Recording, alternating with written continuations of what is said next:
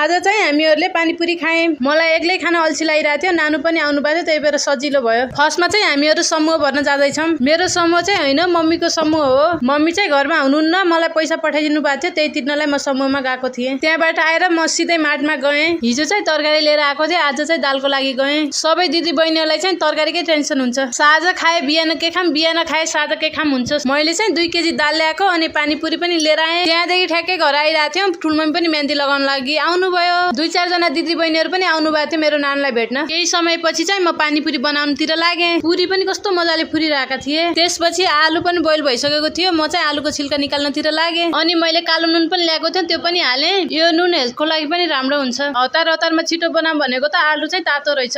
अनि मैले डाडुले चाहिँ मिचेँ। अनि यता चाहिँ मेरो कागती पानी रेडी भइसक्यो। यसमा चाहिँ मैले धेरै मसलाहरू राखेन, घरमा खानलाई बनाएको सिम्पल तरिकाले बनाएको। अनि मैले खाएँ, एकदमै मिठो थियो। बाहिर भन्दा नि घरमा बनाएर खाना यस्तो मिठो लाग्छ मलाई। यता चाहिँ मेरो नानु पनि खाँदै हुनुहुन्छ। हामी 2 जना भएर बनाउन जाँदा चल्यो, एक्लै हुनु त बनाउने थिएन। आजलाई यति नै, भेटौँ अर्को भ्लगमा।